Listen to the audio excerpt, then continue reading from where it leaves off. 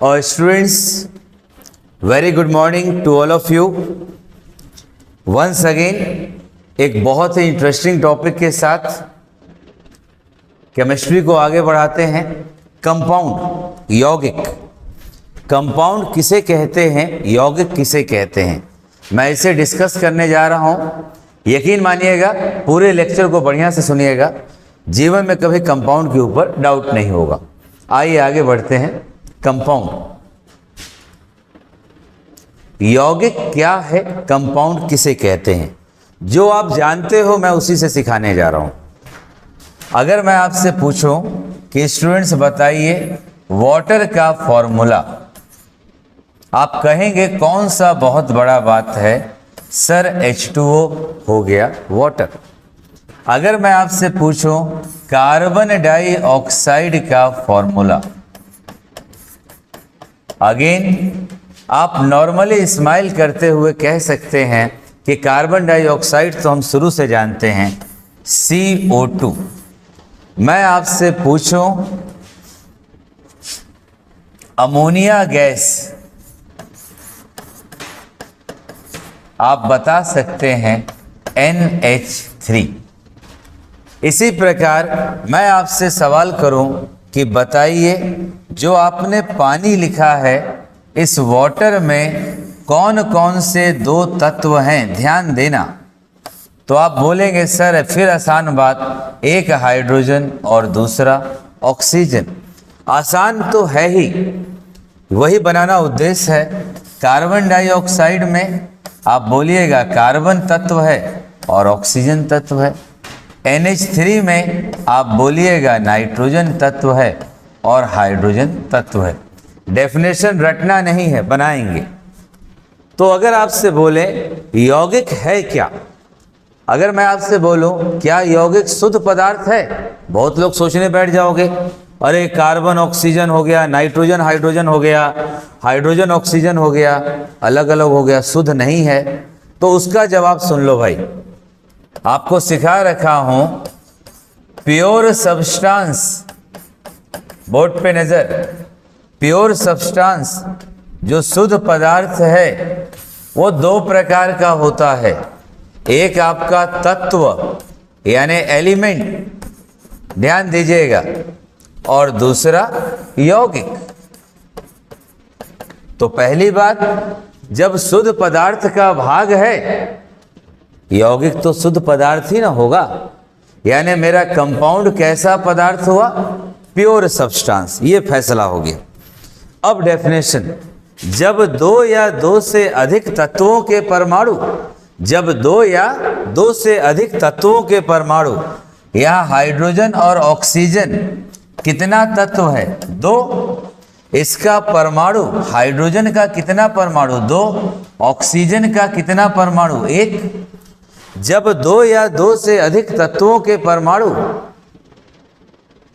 when two or more than two elements, when two or more than two elements, जब दो या दो से अधिक तत्वों के परमाणु एक निश्चित अनुपात में संयोग करते हैं, रासायनिक संयोग करते हैं, केमिकली कंबाइन होते हैं, तो उनके संयोग करने से जो शुद्ध पदार्थ बनता है, उसी शुद्ध पदार्थ को यौगिक कहते हैं। When atoms of two or more elements get chemically combined together in a fixed ratio, it results in the formation of new substance. This new substance is pure substance called compound. जब दो या दो से अधिक तत्वों के परमाणु, hydrogen और ऑक्सीजन का परमाणु एक निश्चित अनुपात में कंबाइन किया, इसके कंबाइन करने से जो प्योर सब्सटेंस बना, वही मेरा कंपाउंड है। अब कंपाउंड का थोड़ा बहुत प्रॉपर्टी देख लो तुम लोग। मान लो यार, मैंने इस बर्तन में H2O ले लिया। अगर इस बर्तन में H2O ले लिया तो आप बताओ हर मॉलिक्यूल का निर्माण किससे होगा, हाइड्रोजन ऑक्सीजन से। यानी कंपाउंड जो है वो किससे बन रहा है, मॉलिक्यूल से बन रहा है। अब कहोगे मॉलिक्यूल कहाँ से आ गया, तो हाइड्रोजन और ऑक्सीजन एक परमाणु से ज्यादा हुआ तो मॉलिक्यूल हो गया। यानी कंपाउंड के अंदर कौन बैठा है? मॉलिक्यूल। एलिमेंट के अंदर कौन बैठा था? एटम। तो अब बताइए, इस बर्तन में पानी लिया हूं तो पानी का कंपोजिशन हर जगह क्या होगा? बराबर होगा। यानी जो कंपाउंड है उसका कंपोजिशन हर जगह क्या होता है? बराबर होता है। अब आप ये बताइए कि अगर मैंने आपको बोल दूं लो हाइड्रोजन और ऑक्सीजन को छान कर एक दूसरे से अलग कर दो फिजिकल मेथड से, क्या संभव है? छान कर अलग नहीं कर सकते हैं, पर केमिकल तरीके से हम इसको अलग कर सकते हैं। आइए जितना बताए इन बातों को एग्जाम्पल के रूप में देखते हैं। जवाब आप लोग दीजिएगा। H2O दिखते ही तुम्हारे दिमाग में आ जाए, सर ये तो देखिए एक हाइड्रोजन है, इधर भी हाइड्रोजन है और ये ऑक्सीजन हुआ, दो तत्व हो गए, आपस में कंबाइन कर रहा है। हाइड्रोजन कितना है? 2। ऑक्सीजन कितना है? 1। निश्चित अनुपात में मिल गया। तो निश्चित अनुपात में मिल गया तो जो शुद्ध पदार्थ बना उसे बोलोगे यौगिक। अब इसका प्रॉपर्टी देखना है। गिलास में पानी है तो पानी का कहीं से भी मॉलिक्यूल निकालोगे मेरे भाई तो हर जगह H2O ही ना होगा। और H2O ये किस रूप में है? अणु के रूप में है, मॉलिक्यूल के रूप में है। तो तुम्हारा कंपाउंड किससे बन रहा है? मॉलिक्यूल से बन रहा है। अब गिलास में हर जगह पानी एक जैसा है, यानी कंपोजिशन हर जगह समान होगा।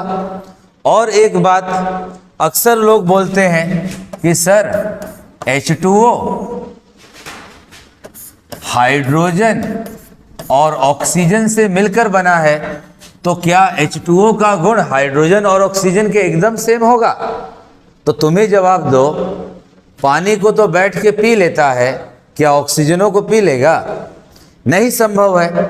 यानी कंपाउंड का जो प्रॉपर्टी है वो उसके कंपोनेंट के ऊपर डिपेंड नहीं करता, वो उसका खुद का प्रॉपर्टी है। H2O का अपना गुण है, वो सॉलिड के फॉर्म में होगा, वो लिक्विड के फॉर्म में होगा, वो गैस के फॉर्म में होगा, वो उसका व्यवहार है।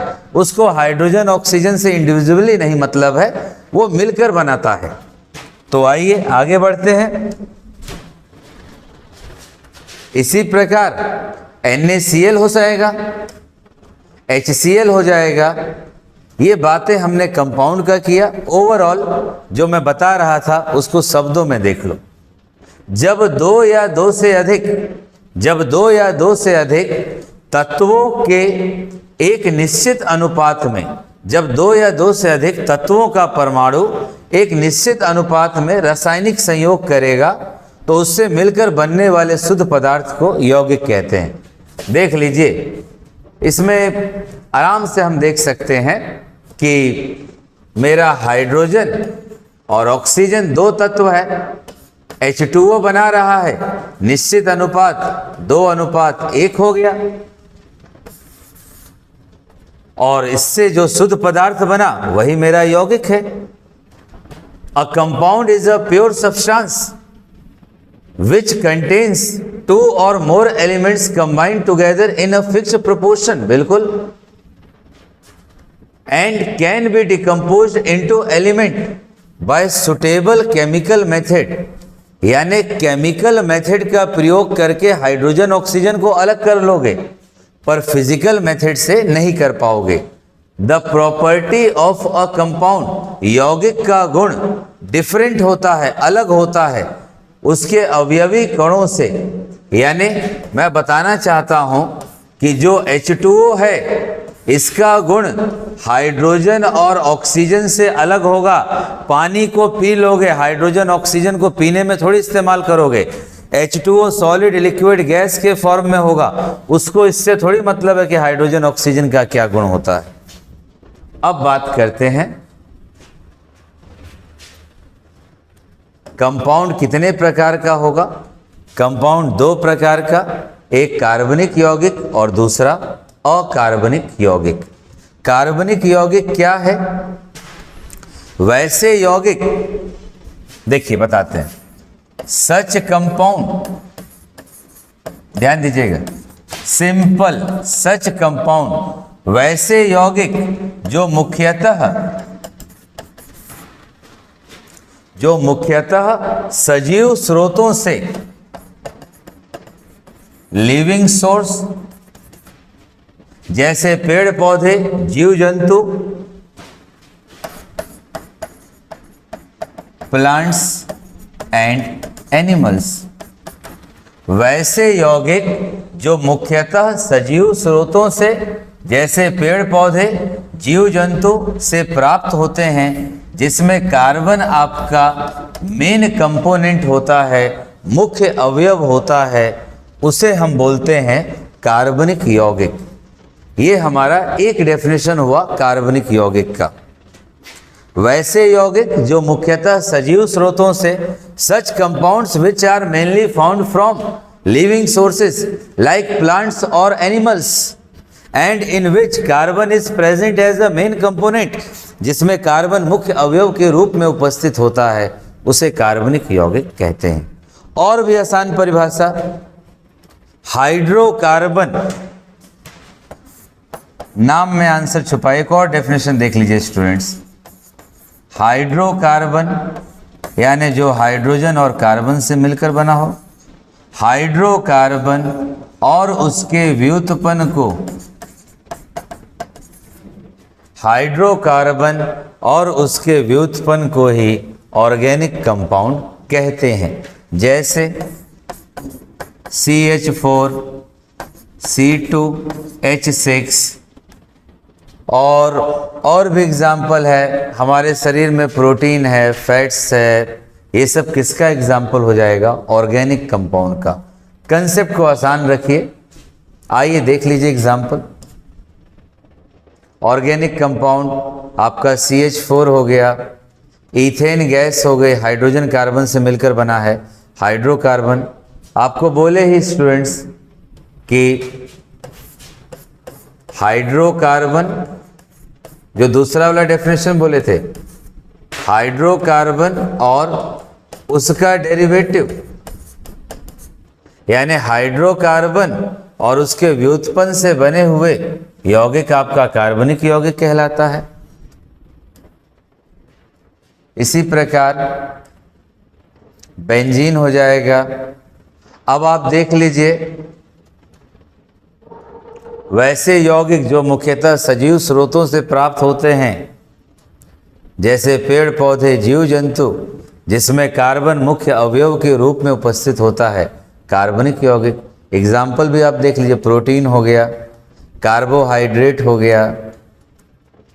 तो डेफिनेशन देखिए, वैसे यौगिक जो मुख्यतः सजीव स्रोतों, पेड़ पौधों, जीव जंतु में पाए जाते हैं तथा जिसमें कार्बन मुख्य अवयव या घटक के रूप में उपस्थित होता है, उसे कार्बनिक यौगिक कहते हैं।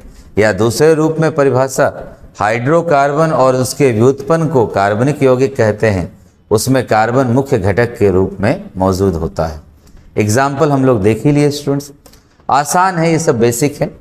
इनऑर्गेनिक कंपाउंड, कार्बनिक का उल्टा, वैसे यौगिक जो मुख्यतः निर्जीव स्रोतों से, such compound which are mainly found from non living sources like rocks, minerals, ores, वैसे यौगिक जो मुख्यतः निर्जीव स्रोतों से प्राप्त होते हैं, जैसे खनिज हो गया, लवण हो गया, चट्टान हो गया, उसे अकार्बनिक यौगिक कहेंगे।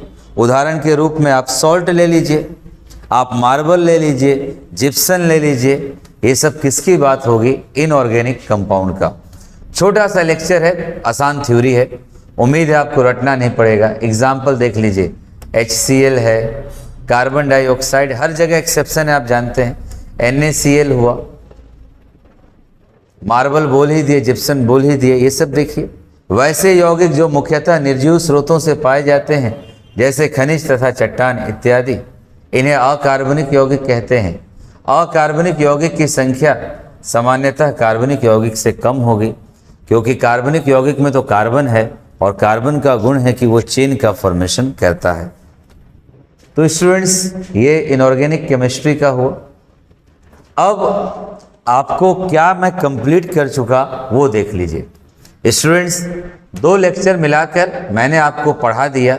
आप YouTube चैनल की प्लेलिस्ट में जाइएगा, टोटल लेक्चर को कभी भी टाइम मिले आप इत्मीनान से देख लीजिएगा। हमने आपको मैटर पढ़ाया, पदार्थ 2 भाग में है, भौतिक और रासायनिक वर्गीकरण। इसमें ठोस, द्रव, गैस पढ़ा दिए। रासायनिक में शुद्ध पदार्थ और मिश्रण है, इसमें तत्व और यौगिक पढ़ा दिए। तत्व में धातु, अधातु, उपधातु पढ़ा चुके हैं। कंपाउंड में ऑर्गेनिक कंपाउंड, इनऑर्गेनिक कंपाउंड, ये आज ही हमने डिस्कस किया। मिक्सचर में होमोजीनियस और हेट्रोजीनियस, यानी इतना हम लोग डिस्कस कर चुके हैं।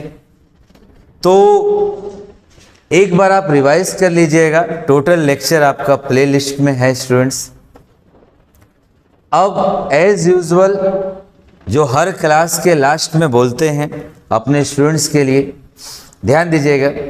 शिक्षा हम सभी को, यानी जो एजुकेशन है स्टूडेंट्स, हम सभी को अंधेरे से प्रकाश की ओर लेकर जाती है। यानी अगर हमारे पास एजुकेशन है, लाइफ में कोई ट्रबल हो, कोई दिक्कत हो, हम अपने एजुकेशन के बल पे अपने कॉन्फिडेंस को मेंटेन रख सकते हैं। हर अंधकार को चीरते हुए सूर्य की तरह प्रकाशित हो सकते हैं। तो यही है स्टूडेंट्स।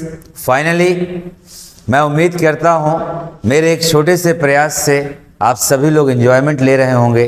केमिस्ट्री बहुत आसान है स्टूडेंट्स, फिजिक्स उससे कई गुना आसान है। बैचेस में हम लोग बहुत ज़्यादा डिस्कस कर रहे हैं। जितना टाइम मिलता है उस टाइम में आपके लिए यहाँ भी प्रयास कर रहे हैं। अगर आपको बेहतर लगे, मेरा प्रयास आपके लिए हेल्पफुल हो, तो आप लाइक करें, वीडियो को शेयर करें, अपनी भावनाओं को कमेंट करें, अपने फ्रेंड्स को बताएं। Thank you students.